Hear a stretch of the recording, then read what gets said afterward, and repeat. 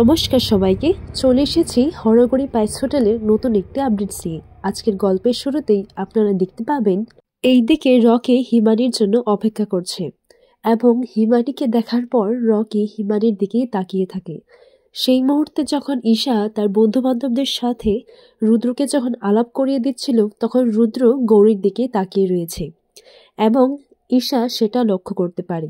ঈশা লক্ষ্য করে এটাই ভাবতে লাগে মনে মনে যে বুঝেছি, ওই হিমানিকে তোমার খুব মনে ধরেছে, তাই না? তুমি আমার সামনে দাঁড়িয়ে তুমি হিমানিকে ঘুরে যাচ্ছ, ওর দিকে তাকিয়ে রয়েছো। দাঁড়াও, আমি আজকে এই হিমানিকে এমন নিচু করব, এমন ছোট করব যে সবার সামনে ও মুখ দেখানোর লায়ক থাকবে না। এরপর ঈশা যখন রুদ্রকে ড্রিঙ্ক অফার করে, তখন রুদ্র বলে যে না, আমি এসব ছেড়ে দিয়েছি, আর হ্যাঁ, আমি এখন আর এসব খাই না। এরপর এই কথাটা শুনে ঈশা বলে যে বাহ, এটা তো খুব ভালো হয়েছে, তাহলে তুমি হিমানি যা যা করবে সুস্থ চোখে দেখতে পাবে। এরপর তারা ডান্স শুরু করে, বলে যে আজকে আমার লাস্ট ব্যাচলার নাইট, আর তোরা নাচ গান করবি না, চল। এরপর সব বন্ধু বান্ধবীদের নিয়ে ঈশা নাচ করতে শুরু করে। এরপর এইদিকে একজন ওয়েটারকে বলে যে তুমি যে ওই মেয়েটাকে দেখতে পাচ্ছ, বেশি করে মদ ঢেলে তুমি তার মধ্যে শরবত মিশিয়ে ওই মেয়েটাকে খাইয়ে দেবে। আর তার জন্য ঈশা সেই ওয়েটারটাকে কিছু টাকাও দেয়। এরপর সেই ওয়েটারটা গিয়ে গৌরীকে ড্রিঙ্ক অফার করলে গৌরী বলে যে না না, আমি এসব খাই না।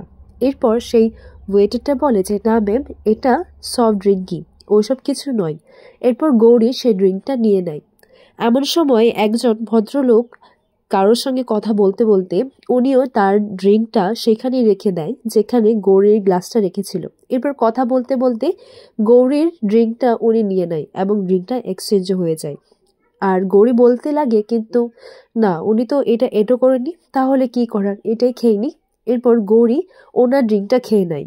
আর এইদিকে ঈশা এটা দেখে ভাবতে লাগে যে গৌরী তার দেওয়া ড্রিঙ্কটা খেয়েছে, আর অন্যদিকে সেই ভদ্রলোকটা গৌরীর ড্রিঙ্কটা খেয়ে ওনার মাথাটা ঘুরে যাচ্ছিল, ওনার যেন কেমন একটা নেশা হয়ে গেছে। এরপর এই ব্যাপারটা গৌরীও লক্ষ্য করে, বলে যে কি হলো, আমার ড্রিঙ্কের মধ্যে এমন কি ছিল যে ওনার নেশা করছে। এরপর গৌরী সবটা বুঝতে পারে, বলে যে বুঝেছি, ঈর্ষার কাজ এটা। এরপর গৌরী এটাই বলে যে এবার তুমিও দেখো যে তোমার চালে আমি তোমাকে কি করে মাত দিই। এরপর ঈশা তার বন্ধুকে ইশারা করে বলে যে গৌরীর কাছে যেতে। এরপর সে ছেলেটা গৌরীর কাছে গিয়ে বলে যে হেই গর্জিয়াস লেডি, তুমি এরকম একটা পার্টিতে এখানে একা দাঁড়িয়ে কি করছো, তাও আবার আমার মতো একটা হ্যান্ডসাম ছেলে থাকতে।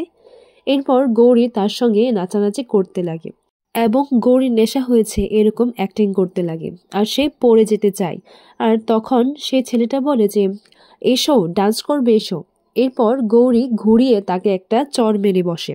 আর তখন গৌরী বলে ইস, লাগলো বুঝি, সরি, আমি বুঝতে পারিনি, কিন্তু আমি এখন নাচ করব, ঠিক আছে, বাই বাই। এরপর এটা বলে গৌরী রুদ্রর সঙ্গে নাচ করতে চলে যায় এবং রুদ্রর সাথে গৌরী নাচ করতে লাগে। আর রুদ্র বেশ ভীষণ খুশি হয়, আর রুদ্র আনন্দে গৌরীর সঙ্গে নাচ করতে লাগে। আর এটা দেখে ঈশা জ্বলে যাচ্ছে, বলে যে তোমার সাহস তো কম নয় হিমানি, তুমি আমার সামনেই আমার বেবির সাথে নাচ করছো। এরপর ঈশা বলে আমি তোমাকে বোঝাচ্ছি।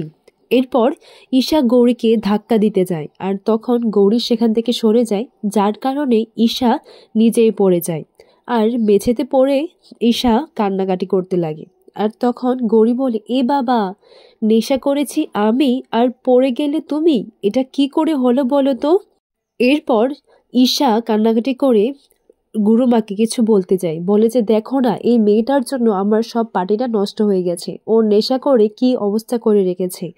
এরপর গুরুমা রুদ্রকে বলে যে দেখ বেটা, তোর কথা রাখার জন্য আমি তোর বন্ধুকে এই জায়গায় আসতে দিয়েছি, এই পার্টিটা অ্যাটেন্ড করতে বলেছি, কিন্তু তোর বন্ধু এই রকম নেশা করে মাতলামো করে এই পার্টিটাই নষ্ট করে দিচ্ছে। এরপর রুদ্র বলে আচ্ছা ঠিক আছে মা, তুমি ওকে কিছু বলো না, আমি ওকে ঘরে নিয়ে যাচ্ছি। এরপর গুরুমা বলে যে আমি সবটাই বুঝতে পারছি, মনে মনে বলছে যে এই মেয়েটাকে তোর মনে ধরেছে, তাই না? যত তাড়াতাড়ি সম্ভব তোদের দুজনের বিয়েটা দিয়ে দিতে হবে, ঈশা আর রুদ্রের বিয়েটা, তাহলেই এই মেয়েটা তোর জীবন থেকে দূরে সরে যাবে। এরপর রুদ্র এইদিকে গৌরীকে ঘরে নিয়ে আসে এবং গৌরী বলতে লাগে যে না স্যার, আমি আরো নাচবো, আমি আরো নাচবো, আমাকে ছাড়ুন। এরপর রুদ্র বলে যে হ্যাঁ সেই, আমি আপনাকে ছেড়ে দিয়ে আপনি গিয়ে ওখানে আরো মাতলামো করবেন, তাই তো? এরপর গৌরী বলে স্যার, আমি তো একটু নাচবই, তুমি এখানে চুপচাপ বসে থাকো আর আমি বাইরে থেকে দরজাটা লাগিয়ে দিচ্ছি। এরপর গৌরী বলেন না, আমি যখন কোথাও যাব না তাহলে তুমিও যাবে না, তুমিও এখানে আমার পাশে থাকবে। এরপর রুদ্র বলে এই রে, মনে হচ্ছে নেশাটা খুব হয়েছে, হঠাৎ আপনি থেকে তুমি, এরপর তো তুই তোকারি শুরু করবে। না না বাবা, চলে যাই। এরপর রুদ্র যখন গৌরীকে ঘরের মধ্যে আটকে রাখতে চায় তখন গৌরী রুদ্রর সঙ্গে একটি গান করতে লাগে এবং গান গেয়ে রুদ্রর সঙ্গে নাচানাচি করতে লাগে। এরপর রুদ্র একটা বাহানা করে সেখান থেকে চলে যায়।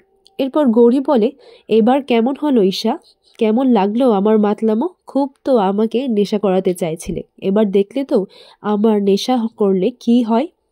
এরপর এইদিকে গৌরীর খিদে পায় আর গৌরী বলে যে ইস, তোকে কে বলেছিল যে এত ভালো একটা অ্যাক্টিং করতে? মাতালের অভিনয় করতে গিয়ে তো তোকে এখন না খেয়েই ঘুমোতে হবে। কিন্তু তাও অনেকদিন পর আমি আমার রুদ্রকে আমার কাছে পেয়েছি, কিছু পেতে গেলে কিছু হারাতে হয়, তাই আজকে না হয় না খেয়ে ঘুমালাম। এরপর এইদিকে অনেকদিন বাদে দেখা যায় মহেশ্বরী দেবীকে। মহেশ্বরী দেবী একটি ছোট্ট হোটেলে রান্না করে সবাইকে খাওয়ায় এবং উনি তাতে রোজগার করেন আর তাতেই যা তাদের চলে যায়। আর সেখানে বীরও রয়েছে, বলে যে এবার তুমি খেয়ে নাও। এরপর মহেশ্বরী দেবী বলে যে না রে বাবা, আমার কেন জানি না মনে হচ্ছে যে আমার খুব কাছের মানুষ, আমার আপনজন অভুক্ত হয়ে রয়েছে, তাই আমি কি করে খাই বলতো? এরপর বীরু বলে যে কাছের মানুষ, কাছের মানুষ আর কোথায়, তোমার আর কে আছে বলো তো? তোমার তো সবাই হারিয়ে গেছে, আর যদি কেউ থাকতো তাহলে এই বয়সেও তোমার এই খেটে খেতে হয়। এরপর এই কথাটা শুনে মহেশ্বরী দেবীর চোখে জল এসে পড়ে, উনি বলেন যে কেউ নেই। এরপর বীরু বলে যে তোমাকে কে বলেছে কেউ নেই? আমি সেটা বলতে চাইনি, আমি তো আছি, এই বীরু আছে তো তোমার কাছে। এমন সময় কিছু লোকেরা অ্যানাউন্স করতে লাগে যে হরগড়ি পায়েস হোটেলে পিঠে পুলি উৎসব হবে। আর তখনই মহেশ্বরী দেবী সেই পোস্টারটা দেখতে পায়। বীরু কিছু জিজ্ঞাসা করলে উনি থমকে যায়। পরের দিন সকালে দেখা যায় যে গৌরীর খিদের চোটে ঘুমই হয়নি, ও জেগে রয়েছে আর উঠে দেখে যে দরজাটা তো এখনো খোলাই হয়নি। বলে যে কে বলেছিল এত ভালো মাতালের অ্যাক্টিং করতে, যে তোকে না খাইয়ে তোর রুদ্র তোকে এখানে শুইয়ে দিয়ে গেছে, এখনো দরজাটা খুললো না, আর দরজাটা না খোলা অবধি তো আমাকে না খেয়েই থাকতে হবে। কিন্তু পেটের মধ্যে তো মনে হচ্ছে যে ইঁদুরেরা ডন মারছে। গৌরীর ডাক শুনে রুদ্র চলে আসে, বলে যে আমার ঘুমটা ভাঙিয়ে দিলে। তখন গৌরী বলে যে আপনার তো তাও ঘুম হয়েছে স্যার, কিন্তু আমার তো সারা রাত খিদের চোটে ঘুমই হয়নি।